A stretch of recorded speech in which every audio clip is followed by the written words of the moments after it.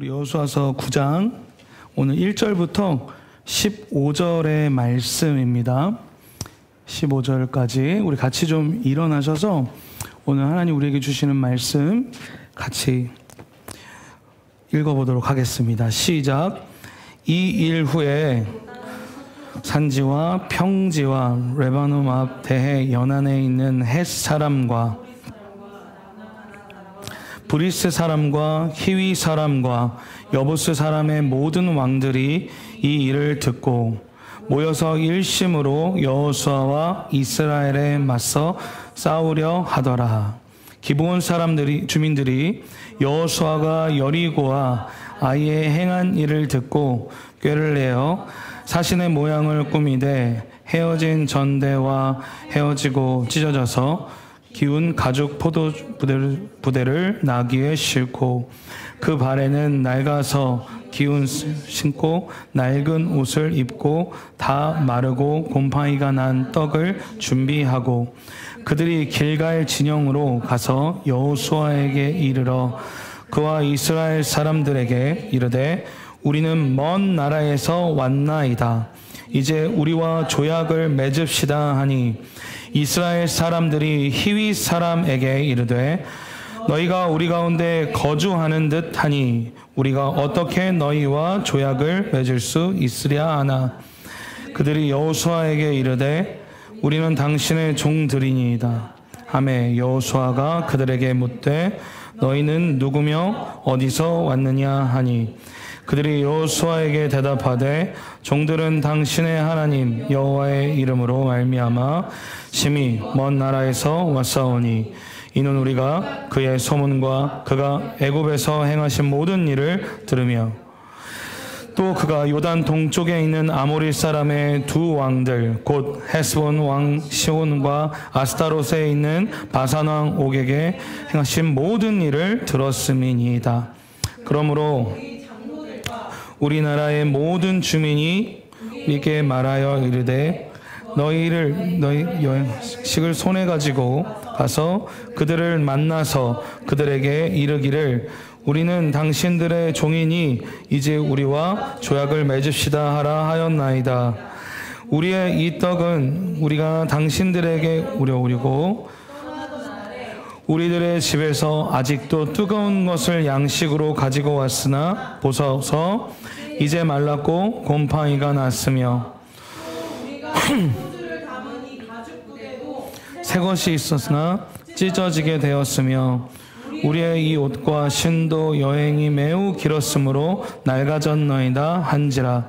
우리가 그들의 양식을 취하고 어떻게 할지를 여호와께 묻지 아니하고 여호수아가 곧 그들과 화친하여 그들을 살리라 조약을 맺고 맹세하였더라. 아멘. 네, 감사합니다. 오늘은요 우리 여호수아 강의 이제 벌써 12번째 시간입니다. 12번째 시간인데 여호수아서 전체를 여러분 놓고 볼 때 오늘 이 9장은요 전체를 전후반으로 나눈다면 이 9장은 이제 후반전이 시작이 되는 거예요.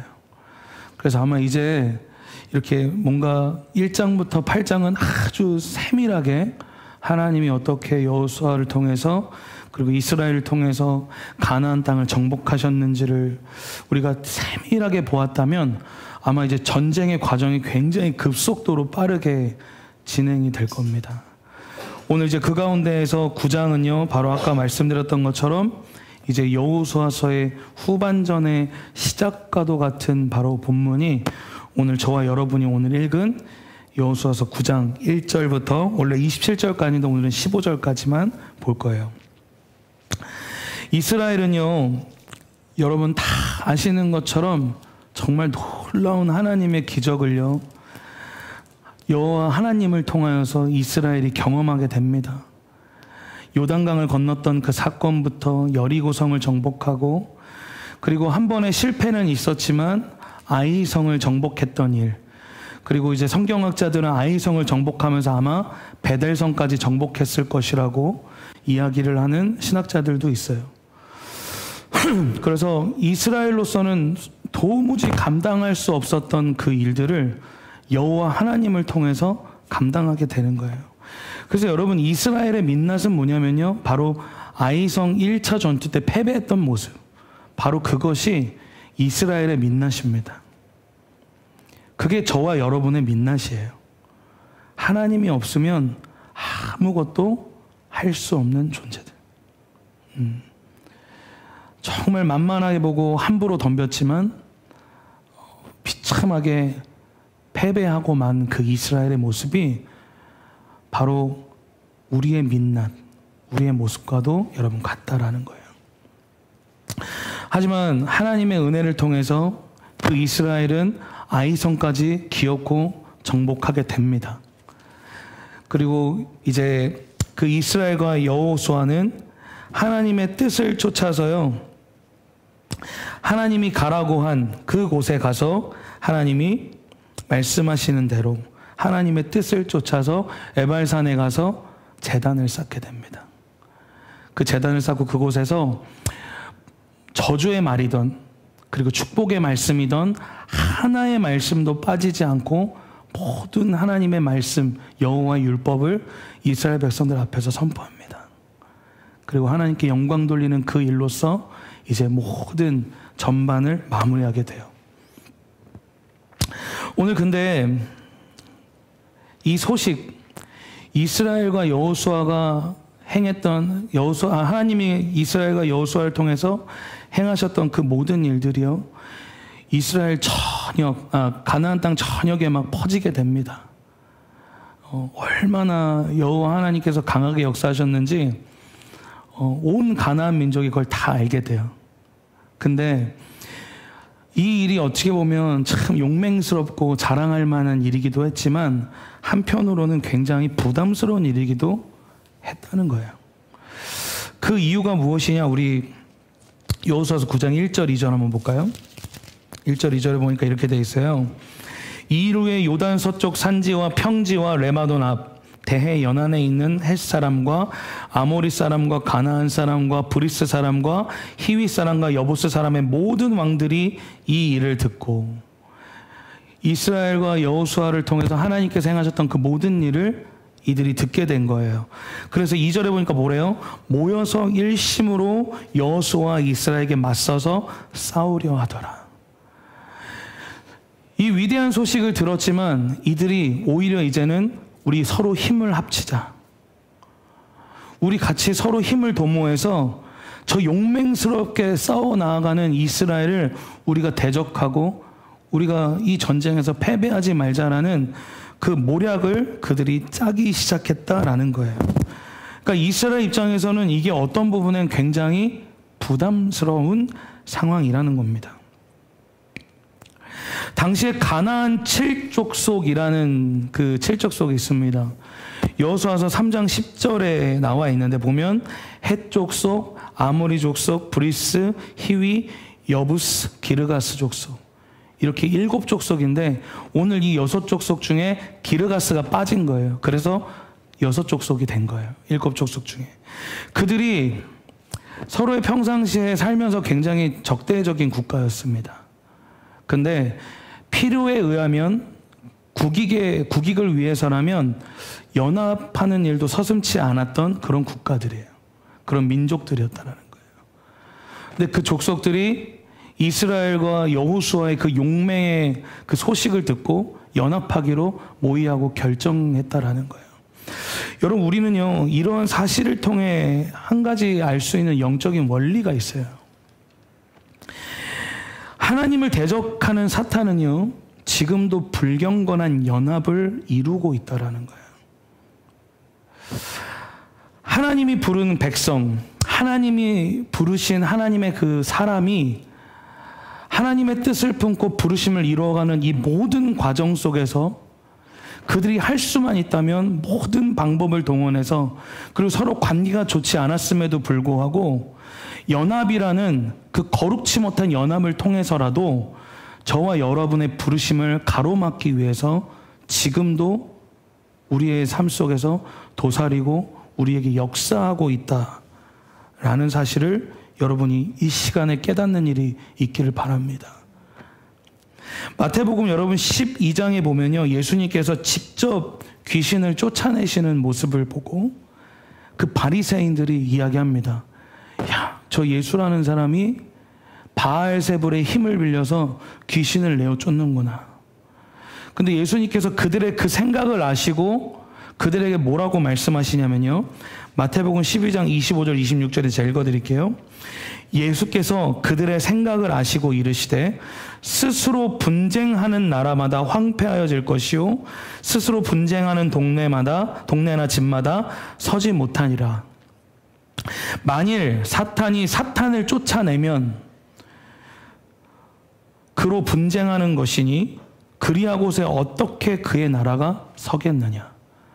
그러니까 사탄 마귀는 하나님의 나라가 서는 것을 막기 위해서 그들 안에 연합을 이루고 있다라는 것을 예수님께서 한 가지 예를 들어서 이렇게 지금 보여주고 계시는 거예요. 이러한 증거는 시편 2편 2절에도 동일하게 나타나는데요. 거기에 보면 대적 마귀가 연대하여 하나님의 기름 부음 받은 자를 대적하고 있음을 말하고 있어요. 보니까 앞에 아마 띄어져 있을 거예요. 제가 읽어드리니까 눈으로 따라오십시오. 세상의 군왕들이 나서며 관원들이 서로 꾀하여 여호와 그의 기름 부음 받은 자를 대적하며.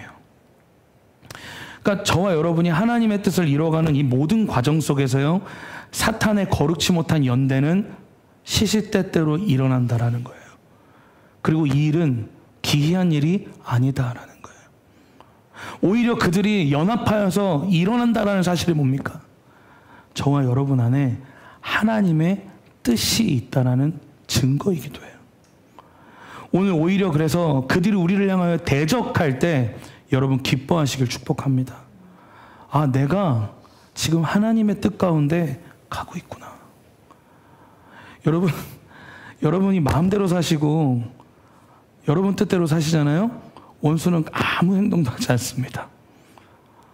오히려 이렇게 얘기합니다. 야, 그냥 내비두면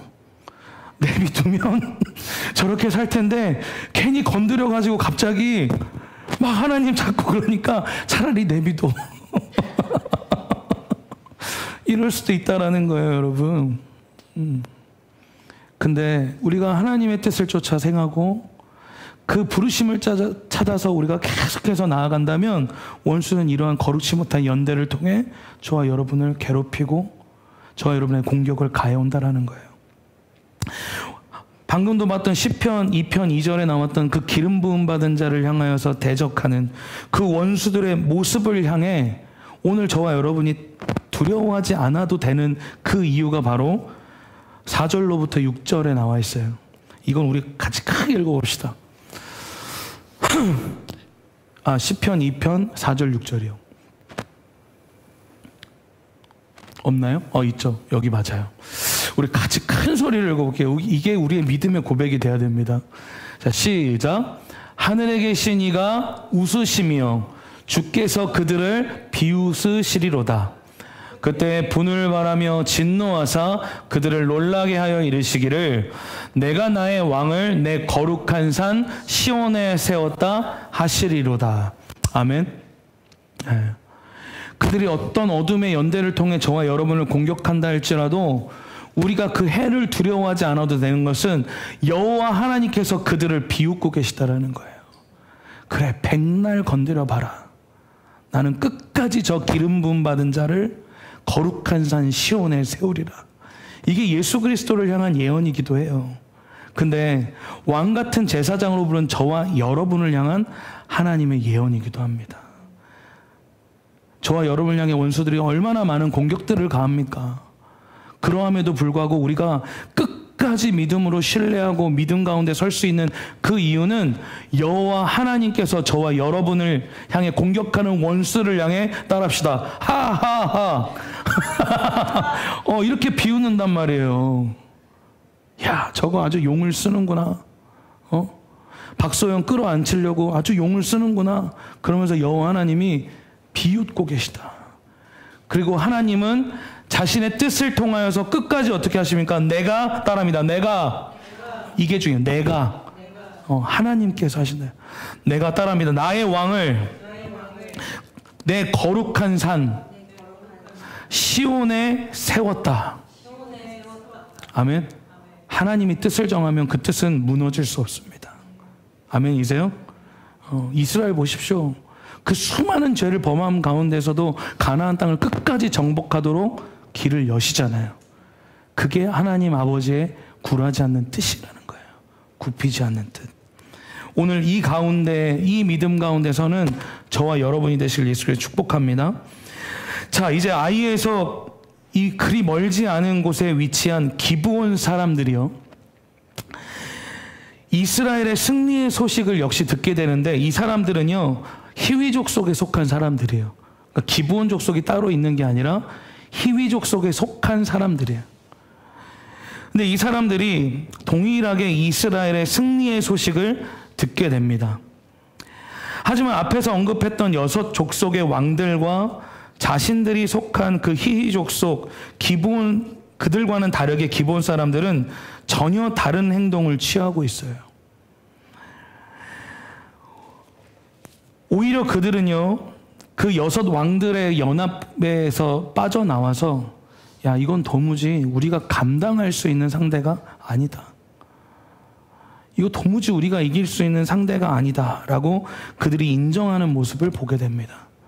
근데 여러분, 이 기브온 족속이 힘없고 약한 족속이 아니었어요. 여호수아서 10장 1절에서 2절 보면요, 이렇게 되어 있습니다.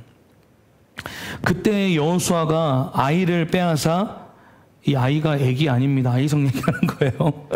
아이를 빼앗아 진멸하되 여리고와 그 왕에게 행한 것 같이 아이와 그 왕에게 행한 것과 또 기브온 주민이, 여기가 중요해요. 기브온 주민이 이스라엘과 화친하여 그 중에 있다함을 예루살렘 왕 아도니세덱이 듣고 크게 두려워하였으니, 이는 기브온은 왕도와 같은 큰 성임이요 아이보다도 크고 그 사람들은 다 강함이니라. 절대로 약한 아이들이 아니었습니다. 약한 자들이 아니었다는 거예요. 근데 그만큼 이스라엘과 여호수아를 통해 나타냈던 그 하나님의 권능이 엄청났다는 거예요. 그래서 자기 자신들이 그 싸움에 용맹한 군사였음에도 불구하고 스스로 자기 자신을 낮추고 이스라엘의 밑으로 들어가려고 그들이 생각을 하고 있었다라는 거예요. 근데 이들이 이렇게 생각을 할 수 있었던 또한 한 가지의 이유는 아마 이 기브온은 다른 나라처럼 왕정 통치가 아니었기 때문이라는 거예요. 여러분, 말씀을 보면 아시겠지만 여호수아서 9장 3절이랑 11절을 보면요, 그들이 이 모든 결정을 내릴 때 왕이 명령하여 이렇게 되지 않고 그 주민들과 장로들이 결정하였다라고 이야기를 합니다. 그래서 단 한 명의 어떤 감정, 생각, 어떤 그들의 자존심에 의해서 결정되는 것이 아니라 이 나라가 어떤 상황을 놓고 지혜롭게 같이 함께 이야기할 수 있었던 상황이 됐기 때문에 이러한 또한 결정을 할 수 있었던 거예요. 근데 중요한 건 뭐냐면, 이들은 그렇게 이스라엘 밑으로 들어가길 원했지만 하나님의 율법에 따르면 이들은 진멸의 대상이었다라는 거예요. 신명기 7장 1절에서 2절 그리고 20장 16절 18절 좀 같이 보길 원하는데, 요거 한번 같이 읽어볼게요. 시작. 내 하나님 여호와께서 너를 인도하사 내가 가서 차지할 땅으로 들이시고 내 앞에서 여러 민족, 헷 족속과 기르가스 족속과 아모리 족속과 가나안 족속과 브리스 족속과 히위 족속과 여부스 족속, 곧 너보다 많고 힘이 센 7 족속을 쫓아내실 때에 내 하나님 여호와께서 그들을 내게 넘겨 내게 치게 하시리니 그때에 너는 그들을 진멸할 것이라. 그들과 어떤 약속도 하지 말 것이요 그들을 불쌍히 여기지도 말 것이며. 우리 20장 16절 18절도 읽어볼게요. 시작. 오직 내 하나님 여호와께서 내게 기업으로 주시는 이 민족들의 성읍에서는 호흡 있는 자를 하나도 살리지 말지니 곧 헷 족속과 아모리 족속과 가나안 족속과 브리스 족속과 히위 족속과 여부스 족속을 내가 진멸하되 내 하나님 여호와께서 내게 명령하신 대로 하라.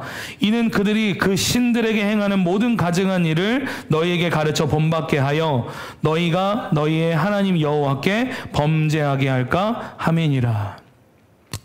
오늘 제가 방금도 말씀드렸지만 기브온 족속은 히위 족속에 속한 자들이었어요. 그래서 철저하게 진멸의 대상이었다라는 거예요. 근데 진멸의 이유가 뭐라고 그랬죠? 바로 그들이 섬기는 그 우상으로 말미암아서 하나님께 범죄할 것을 하나님이 이미 아시고 그것을 행하지 못하도록 하기 위한 말살 정책이었다라는 거예요. 그런 처분이었다라는 거예요. 그런데 하나님께서 화친할 수 있는 여지를 하나를 두세요. 모든 민족을 다 죽이라고 하셨는데 다시 화친할 수 있는 여지를 하나 주시는데 그 여지가 바로 신명기 20장 10절 11절 그리고 15절에 나오는데요. 같이 한번 읽어볼게요. 같이 읽어봅시다. 시작. 당신들이 어떤 성읍에 가까이 가서 공격할 때에는 먼저 그 성읍의 평화를 청하십시오. 자, 보세요. 평화를 청할 수 있는 화친의 여지를 열어둔 문장이 지금 나오고 있죠. 자, 그 뒤로 이어볼게요. 만일 그 성읍 백성이 평화 제의를 받아들이고 당신들에게 성문을 열거든 그 성 안에 있는 백성을 당신들의 노비로 삼고 당신들을 섬기게 하십시오. 자, 근데 그 화친을 받을 수 있는 존재들, 그 조건이 무엇이었느냐? 바로 15절에 나왔어요. 당신들의 주변 민족들의 성읍에 딸리지 아니한, 어디예요? 당신들로부터 먼 거리에 있는 성읍, 먼 거리에 있는 성읍에게만 이 화친을 맺을 수 있는 여지가 있었던 거예요.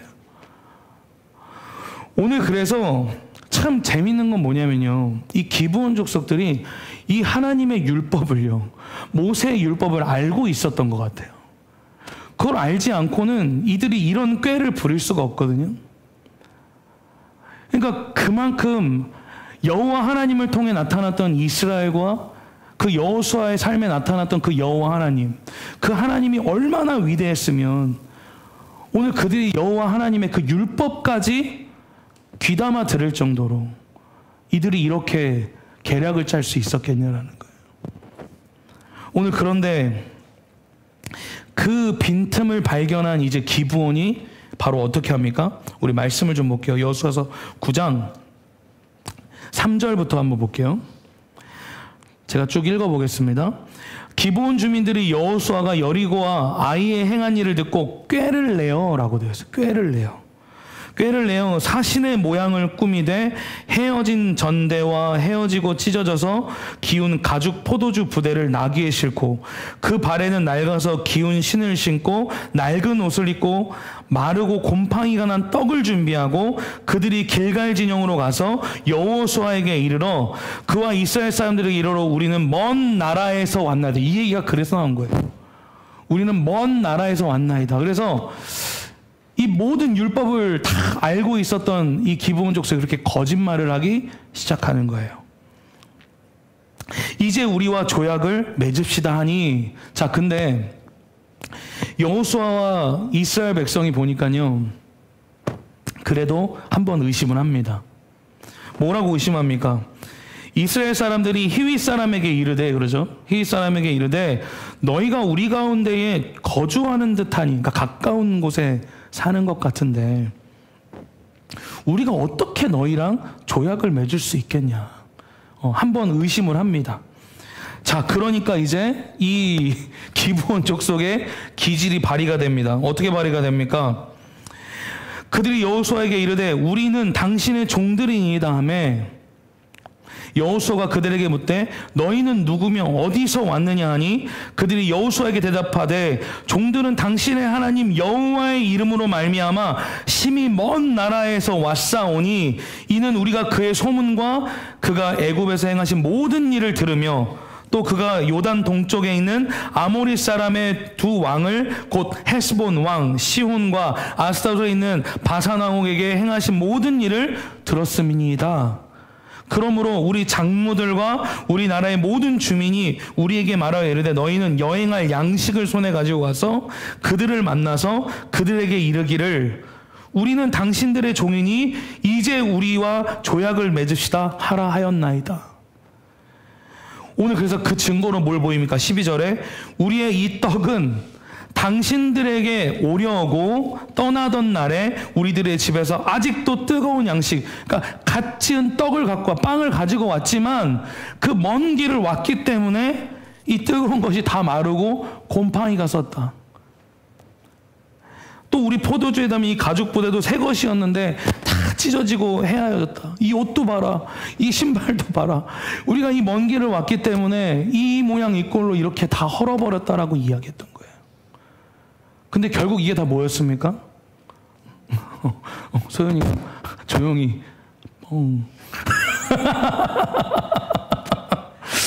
갑자기 뭔가 확 격이 떨어져. 거짓말이었다라는 거예요.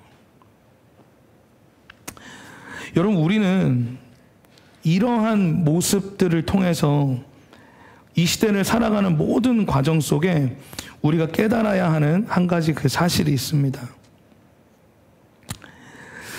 우리가 가나안 땅을 정복해가는, 영적인 가나안 땅을 정복해가는 과정 속에서 우리는 두 가지 요소의 대적을 만나게 된다는 거예요. 첫 번째는 앞뒤 가리지 않고 그 거룩지 못한 연합을 통해서 어떻게든 공격하려고 하는 그 원수들을 마주하게 되고, 또한 두 번째는 무엇인가? 교묘한 거짓과 술수를 통해서 하나님의 뜻을 이루어가는 저와 여러분을 넘어뜨리려고 하는 그 대적을 만나게 된다는 거예요. 우리는 이러한 모든 과정 가운데 하나님이 주시는 믿음, 그 담대함을 통해 우리를 향해 대적하는 원수들과 싸워야 하는 것도 중요해요. 하지만 믿음만 가지고 막 나가서 싸우는 것이 답이 아니다라는 거예요. 우리를 향해서 교묘하게 그들 안에 어떤 술책과 그 어떤 계략들을 짜서 우리를 넘어뜨리려고 하는 자들을 우리는 어떻게 해요? 분별할 줄 알아야 돼요. 그래서 우리에게는 하나님 주신 믿음과 담대함 필요하지만 또한 따라합니다. 지혜를 주십시오. 분별할 수 있는 지혜를 주십시오. 지혜를 주십시오. 우리에게 그 분별과 지혜가 필요하다는 거예요. 그래서 여러분 보세요. 저는 물론 막 그 동성애 퍼레이드 앞에 나가서 그 퍼레이드 하는 자들을 막아서는 분들 그 행동 너무 귀하게 여깁니다. 그리고 밤낮을 쉬지 않고 예수천당 불신지옥 그거 이렇게 빨간 글씨로 새겨서 지하철이든 어디든 가셔서 막 전도하시는 분들, 저는 그분들 너무 귀하게 여겨요. 그들 안에 이 세상을 향한 원수 대적들, 그 마귀들을 향해 싸우려고 하는 그분들 안에 의지가 있는 거잖아요. 그런데 오늘 우리는 어떻게 그 상황 가운데서 효과적으로 하나님의 나라를 확장할 수 있을 것인가? 이 시대 속에서 그 동성애 프레이드를 하고 그 하나님의 진리를 받아들이려고 하지 않는 이 시대 속에서 어떻게 지혜롭게 하나님의 뜻을 이 세상 가운데 선포하고 나아갈 것인가? 여러분 오늘 이 말씀 보시죠. 말씀에서 뭐라고 이야기합니까? 너희 그 하나님의 그 엄청난 그 위대한 소식을 듣고 내가 너희에게 찾아왔다라고 이야기하잖아요. 말만 들으면 어때요? 굉장히 그럴싸하고 넘어갈 만하지 않아요? 만약에 우리 교회 신천지 10명이 과거를 솔직히 밝히면서 저는 솔직히 과거에 신천지였는데 당신들이 믿는 그 하나님 우리가 올바로 믿고 싶어서 이 자리에 왔습니다라고 얘기해. 그럼 우리 어떻게 해야 될까? 오십시오 이래야 될까요? 그 가운데 지혜를 구해야 되는 거예요. 하나님, 이런 사람들이 왔는데 우리 이때에 어떻게 해야 합니까? 하나님 당신의 지혜는 무엇입니까? 오늘 그렇게 물을 수 있는 자들이 돼야 되지 않을까요?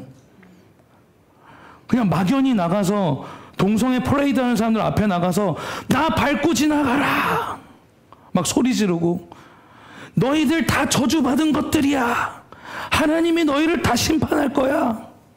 이렇게 이야기하는 것이 지혜로운 방법일까요? 오늘 여러분 우리 안에 하나님이 주시는 지혜가 필요합니다. 믿음과 용맹함 그리고 담대함이 필요하지만 그 믿음과 그 모든 담대함은 하나님이 주시는 지혜 가운데서 행해야 하는 줄 믿습니다. 오늘 그 지혜 없는 용맹함, 그 지혜 없는 담대함은요, 결국 아이성 1차 전투에 패배했던 이스라엘밖에 낫지 않는다라는 거예요. 오늘 우리 안에 하나님의 지혜를 구하는 일들이 있기를 축복합니다. 잠언 16장 25절에 보니까 이렇게 되어 있어요. 사람의 눈에는 바른 길같이 보이나 마침내 죽음에 이르는 길이 있다. 여러분 무슨 말인지 이해가십니까? 우리 눈에는요 다 올바른 것 같고 다 좋은 것 같이 보이지만 결국 그 뒤에 교묘하게 숨겨진 죽음을 향해 나가게 하는 그 가르침, 길이 있다라고 이야기하고 있는 거예요. 이스라엘과 여호수아는 이런 부분에서 아주 결정적인 실수를 했던 거예요. 여호수아서 9장 14절에서 15절에 보니까 이렇게 돼 있어요. 무리가 그들의 양식을 취하고는 어떻게 할지를 여호와께 뭐래요? 묻지 아니하고. 분별할 수 없는 상황 속에 하나님 앞에 묻지 아니하고, 여러분 심지어 생각해 보십시오. 이스라엘과 화친을 맺는 이 일은 이스라엘로서 중요한 일일까요? 중요하지 않은 일일까요? 이 엄청난 중요한 일을 하나님께 물어보지 아니하고 그냥 그 말만 듣고, 똑같잖아요. 사람의 눈에는 바른 길로 보이는 것 같은 일을 그냥 결정하고 선택했다라는 거예요. 결국은 묻지 않는 죄를 범하였다라는 거예요. 여러분, 그리스도인들 뿐이 아니라요, 그 믿지 않는 모든 사람들의 인생은요, 따라합니다. 선택이다. 인생은 선택이에요. 계속 선택입니다. 근데 여러분, 일반적으로 성인 한 사람이 하루에 선택을 몇 번 하는 줄 아십니까? 몇 번 할 것 같아요? 크고 작은 일 다 포함해서. 뭐 심지어 오늘은 지하철 앞에 탈까 뒤에 탈까부터 시작해서 몇 번을 선택할 것 같으세요? 35,000번을 선택해요. 하루에. 너무 많지 않아요? 물론 이 35,000번 가운데 화장실을 지금 갈까 나중에 갈까부터 시작해서 오늘 밥은 불고기를 먹을까 뭘 먹을까 이런 모든 선택까지, 작은 선택까지 포함하겠지만 이 선택들 가운데는 아주 크고 중요한 일들도 포함되어져 있어요. 근데 여러분, 우리가 이 모든 선택의 과정 속에 하나님의 지혜를 구하지 않는다면 우리는 결국 실패하고 실수하고 말 것이라는 겁니다. 여러분, 하나님께 지혜를 구하는 우리 한국샘물교회 성도들 다 되십시오. 하나님께 구하세요. 하나님의 뜻이 무엇입니까? 그냥 전도면 다 좋다고 해서 나가는 게 아니라 그 전도를 어떻게 효과적으로 할 것인가, 선교를 어떻게 효과적으로 할 것인가, 2주년 예배를 어떻게 하나님이 기뻐하시는 예배로 우리가 드릴 것인가, 그렇게 기도하면서 묻고 구하는 우리 한국샘물교회 성도들 모두가 되기를 축복합니다. 사울은요, 그러한 측면에서 아주 실수한 대표적인 인물이죠. 역대상 13장 3절에 보니까요, 사울에 대하여 기록하기를 이렇게 이야기합니다. 우리 모두 하나님의 궤를 우리에게로 옮겨오도록 합시다. 사울 시대에는 우리가 궤 앞에서 하나님의 뜻을 여쭈어 볼 수가 없지 않았습니까? 사울의 때는요, 하나님께 아무것도 물어보지 않았다는 거예요. 그가 원하는 대로, 그가 하고 싶은 대로. 심지어 그래서 사울은 어떻게 합니까? 막 급한 일이 벌어지니까 어떤 일까지 범해요? 여자 무당에게 앞으로의 일에 대해서 물어보는 그 죄까지 범하잖아요. 그게 사울의 모습이었다는 거예요. 여러분, 이렇게 그냥 유튜브 통해서 이렇게 지나가다가 점괘 보는 거, 뭐 손금 보는 거, 뭐 보는 거, 이런 거 다 하지 마세요. 그거 하나님 앞에 범죄하는 겁니다. 우리의 인생을 하나님께 맡겼다면서 왜 우리는 손금을 보고 점을 보고 오늘의 운세를 보고 신년 운세를 보고 이런 걸 왜 보냐라는 거예요. 저는 솔직히 말씀 카드 뽑는 것도 별로 안 좋아해요. 그 뭐 하는 겁니까 그게? 그러니까 물론 귀해요. 하나님 말씀 보는 거 귀한데 난 그 행위가 너무 싫어. 그 말씀 카드를 마치 점괘 뽑듯이 오늘 이 말씀 딱 뽑아서, 또 심지어 이래. 마음에 안 드는 말씀 나오면 다시 뽑아. 근데 하나님 참 대단한 건 뭔지 알아? 다시 뽑으면 더 안 좋은 거죠. 근데 비슷한 맥락이야. 이렇게 점치듯이 신앙생활 하지 마세요. 점치듯이. 오늘 여호수아, 우리래. 그 사울이 그렇게 범죄하였다라는 거예요. 근데 제가 이 말씀 묵상하면서 조용기 목사님이 자신의 실패를 간증하셨던 간증이 하나 생각이 났는데, 여의도 순복음교회 옆에 보면 여러분 아파트 하나 있는 거 아세요? 여의도 순복음교회 옆에 얇고 길다란 아파트 하나가 있어요. 그 우뚝서, 그 초원 아파트라고, 그 여의도 순복음교회 바로 옆에 붙어 있어요.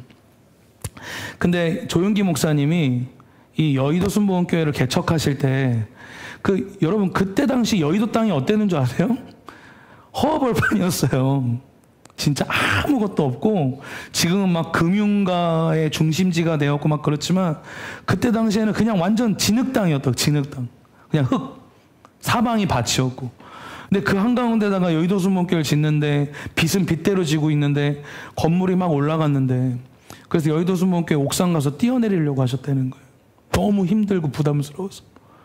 근데 이 순복음교회를 딱 이제 건축하시는 과정에 모든 상황들을 다 하나님께 물어보면서 건축을 하셨대요. 근데 그 여의도 순복음교회 바로 옆에 있는 그 초원 아파트, 그 아파트는 본인이 말씀하시길 뭐라고 이야기하셨냐면, 이건 내가 생각했던 지혜였어 이러시더라고요. 근데 그렇게 아파트를 세웠어요. 뜻은 좋았어요. 그 아파트 세워서 사역자들 거기 살게 하고 뭐하고 막 이런 좋은 뜻을 품었어요. 근데 그 아파트가 조용기 목사님 뭐라고 이야기하신 줄 아세요? 내가 여의도 순복음교회를 목회하는 평생 나를 힘들게 하고 어렵게 했던 장애화도 같은 거였다. 동네 주민, 그 아파트가 넘어가거든요 결국에는. 여의도 순복음교회 끝까지 못하고. 근데 그 아파트 동네 주민들이 계속 여의도 순복음교회 항의하고 컴플레인 걸고 시끄럽다고 뭐라고 하고. 그래서 평생을 자기를 힘들게 했던 원흉 중에 하나였다. 그 초원 아파트가. 그 얼마나 지혜롭습니까? 야, 이거 아파트 하나 지어서 여기 우리 사역자들 살게 하고. 저 여의도 순복음교회 예전에 섬겼을 때 특세할 때 그 여의도 순복음교회가 그 호수 몇 개를 사서 거기서 이제 새벽 예배 하시는 분들만 숙소로 쓸 수 있게 열어주셨었거든요. 거기 있었던 적이 있어요. 뜻은 너무나도 좋죠. 근데 여의도 순복음교회가 가는 모든 과정 속에 너무나 큰 어려움을 줬던 아파트가 그 초원 아파트였다는 거예요. 여러분, 인간의 지혜에 너무 여러분 집중하지 마십시오. 세상에 얼마나 많은 철학과 지식과 학문이 넘쳐납니까? 근데 우리의 인생의 답을, 물론 때로는 그곳에서 답을 찾을 수도 있죠. 하지만 그 모든 답의 결론은 따라합니다. 하나님의 말씀. 예, 그 말씀이 되어야 돼요. 세상이 아무리 그렇다 하여도 하나님이 아니라면 아닌 거예요. 아멘이세요? 하나님이 아니라면 아니에요. 근데 우리는 자꾸 그 세상의 지혜, 지식, 철학, 학문, 거기에 자꾸 우리의 귀를 기울인단 말이에요. 우리의 모든 지혜가 하나님의 말씀으로부터 나오는 일들이 있기를 여러분 축복합니다. 그렇다면 여러분, 이제 마지막에 정리할게요. 우리는 그렇다면 그 지혜를 어떻게 구해야 하는가예요. 여러분, 우리가 무엇을 묻고 하나님께 구하는가? 그것은요, 로마서 12장 1절에서 2절의 말씀인데, 우리 아까 세범자매님이 이야기했던, 갑자기 말씀이 떠올랐다고 했던 그 말씀을 우리는 구하는 겁니다. 그러므로 형제들아, 내가 하나님의 모든 자비하심으로 너희를 권하노니 너희 몸을 하나님이 기뻐하시는 거룩한 산제물로 드리라. 이는 너희가 드릴 영적 예배니라. 이제 여기가 중요하죠. 너희는 이 세대를 본받지 말고 오직 마음을 새롭게 함으로 변화를 받아 하나님의 선하시고 기뻐하시고 온전하신 뜻이 무엇인지 분별하도록 하라. 이것은 오직 마음을 새롭게 함으로 변화를 받은 자들이 누리는 복인 거예요. 하나님께 묻는 거, 그분이 원하시는 것이 무엇인지, 그분이 기뻐하시는 뜻이 무엇인지, 그분의 뜻이 무엇인지, 그 순종을 따르려는 나의 삶, 그 하나님의 뜻이 무엇인지를 묻는 것은요, 바로 이처럼 하나님의 그 마음의 새롭게 함으로 변화를 받은 자들이 누리는 복이라는 거예요. 여러분 그 복 가운데 계십니까? 여러분 안에 새롭게 하는 그 마음의 변화의 은혜가 있다면 여러분은 하나님께 묻고 하나님께 기도할 수 있는 그 은혜를 누린 자인 줄 믿습니다. 그 복을 누리는 자들이라는 거예요. 그리고 그 목적은 하나님의 선하시고 기뻐하시고 온전하신 그 뜻이 무엇인지를 모든 선택의 과정 가운데 구할 수 있는 은혜를 누리는 자들이라는 거예요. 주님, 오늘은 순두부찌개를 먹을까요? 된장찌개를 먹을까요? 이런 거 하지 말고 이런 게 아니라 정말 선과 악, 내 인생의 중요한 선택의 결정의 과정 속에 그 모든 선택의 자리를 내가 차지하는 것이 아니라 누가 그 자리에 앉는 거예요? 바로 하나님이 그 자리에 앉아 계시는, 그분이 그 선택의 자리에 앉으실 수 있도록 기도하는 그 삶이 바로 저와 여러분에게 필요하다. 그렇다면 어떻게 우리는 하나님께 그것을 물을 수 있는가? 첫 번째 따라합니다. 하나님의 말씀. 하나님의 말씀으로 그 뜻을 구별하고 분별하는 거예요. 잠언 30장 5절입니다. 하나님의 말씀은 다 순전하여 하나님은 그를 의지하는 자의 방패시니라. 하나님의 말씀은 다 순전하대요. 그리고 그를 의지하는 자의 방패가 된대요. 말씀은. 누가복음 1장 37절 대저 하나님의 모든 말씀은 능하지 못하심이 없느니라. 하나님의 말씀이 우리에게 지혜를 주시면 우리의 삶에 막혀있는 그 모든 것들이 풀려나갑니다. 아멘이세요? 하나님의 약속의 말씀이 우리 가운데 주어지면 막혀있는 담이 허물어져요. 우리를 묶고 있던 결박들이 끊어집니다. 아멘? 그 말씀을 우리가 받아야 되는 거예요. 그 말씀을 통해 하나님은 분별하게 하시고 역사하신다라는 거예요. 히브리서 4장 12절에 뭐라고 합니까? 여러분 너무 잘 아시죠? 하나님의 말씀은 살아있고 활력이 있어 좌우의 날선 어떤 것보다도 예리하여 혼과 영과 및 관절과 골수를 찔러 쪼개기까지 하며 또 마음의 생각과 뜻을 판단하나니.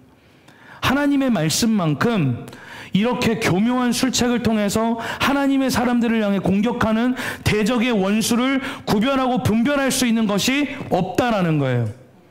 오직 하나님의 말씀을 통해 그 뜻을 구하시고 분별하는 우리 한국샘물교회 성도들 모두가 되시기를 예수 그리스도는 축복합니다. 그리고 두 번째는 기도입니다. 기도를 통해서 하나님의 뜻을 구하십시오. 여러분 다윗은요, 다윗의 모든 인생 속에 하나님 앞에 기도하고 기도함으로 그 모든 상황을 할까요 말까요, 이렇게 할까요 저렇게 할까요를 다윗은 기도로 물어봤던 사람이었다라는 거예요. 사무엘상 23장 2절입니다. 이에 다윗이 여호와께 묻자 이르되 내가 가서 이 블레셋 사람들을 치리이까?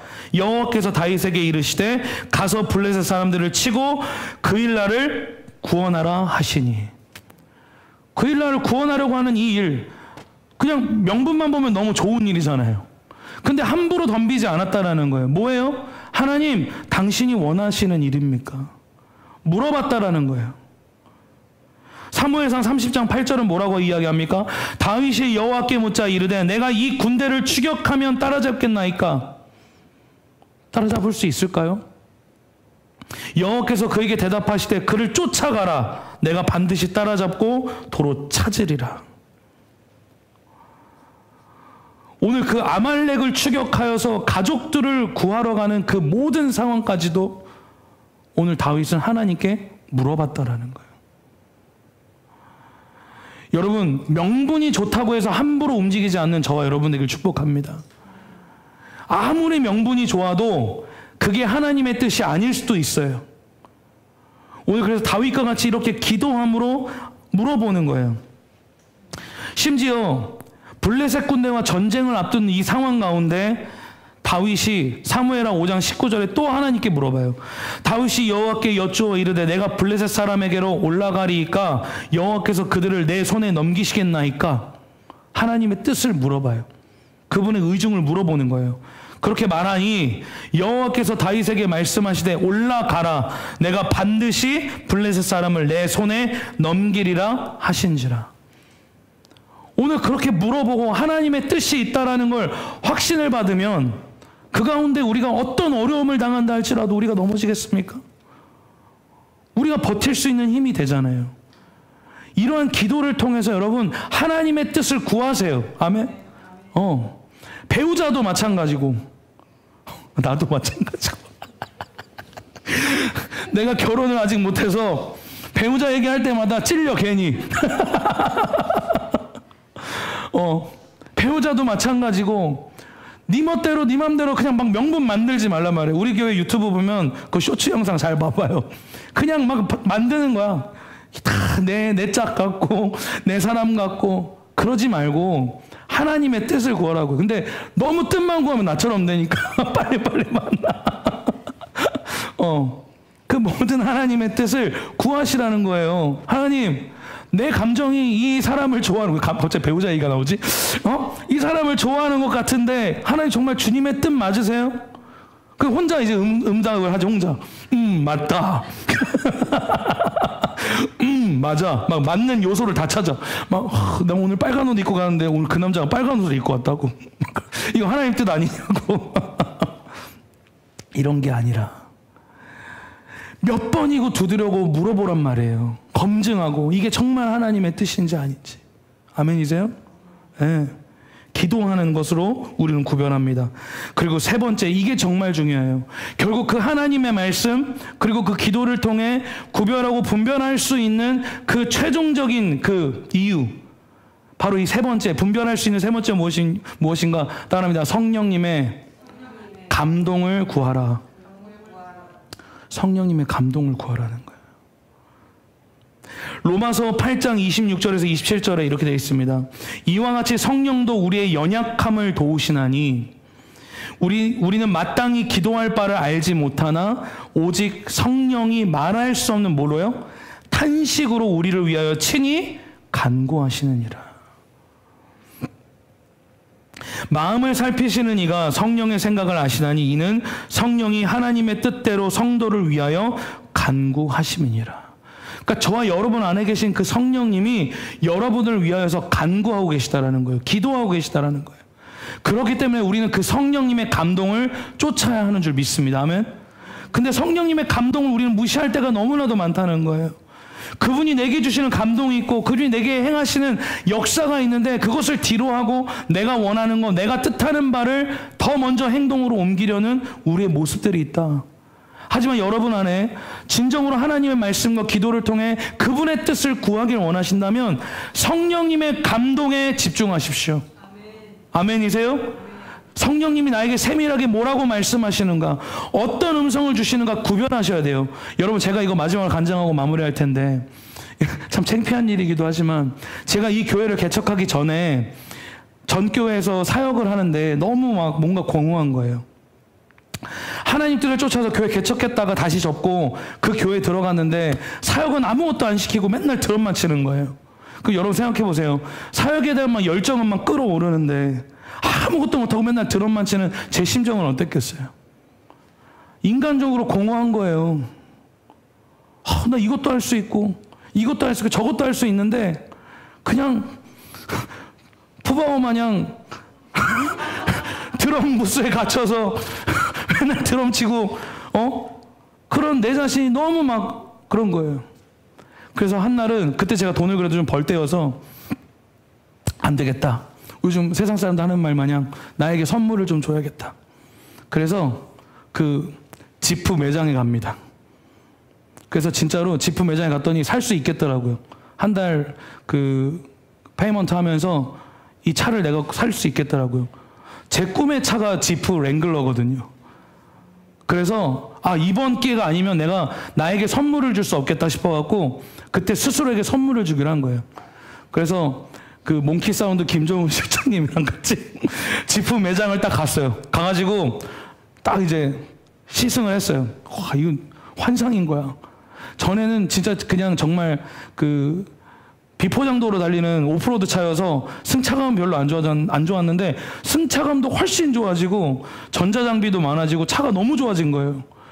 그래서 이 차 내가 사야겠다. 그래서 딱 그 대리 그 뭐라 그러지? 영업사원이랑 막 얘기하다가 뭐 얼마까지 대출이 되고 얼마 지원이 되고 이렇게 하시면 됩니다. 그래서 오케이, 계약해야겠다. 그래서 계약서를 딱 쓰려고 앉아서 딱 펜을 들었는데 성령님이 하지 마라. 하지 마라 그러시는 거예요.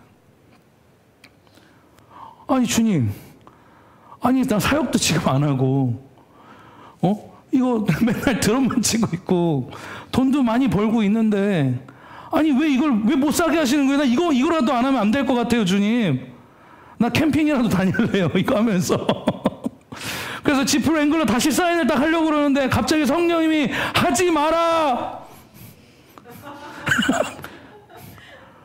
그래서 제가 자꾸 대리점 그 영업사원한테 잠깐만요.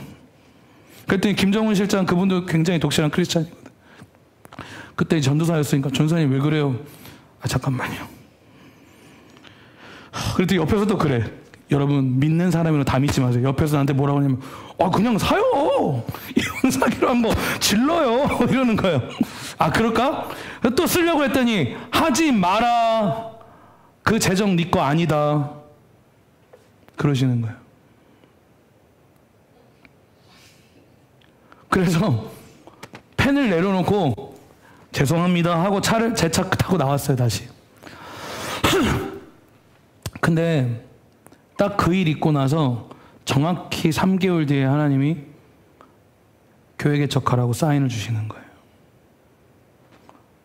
그리고 교회 개척하고 제가 만약에 지금도 지프를 끌고 다녔다면 그 재정은 다 뭘로 어떻게 감당할 것이며, 그래서 그때 그 세이브했던 재정으로 다 교회 개척한 데였거든요. 여러분, 성령님이 여러분에게 말씀하시는 그 음성 순종하세요. 다 이유가 있습니다. 막 참을 수 없는 그 부담감 있잖아요. 이거 안 하면 안 될 것 같은. 그때야 하나님의 음성을 따르시면요, 하나님의 선한 뜻이 여러분 삶 가운데 이루어집니다. 나와주세요. 고린도전서 2장 12절에 13절입니다.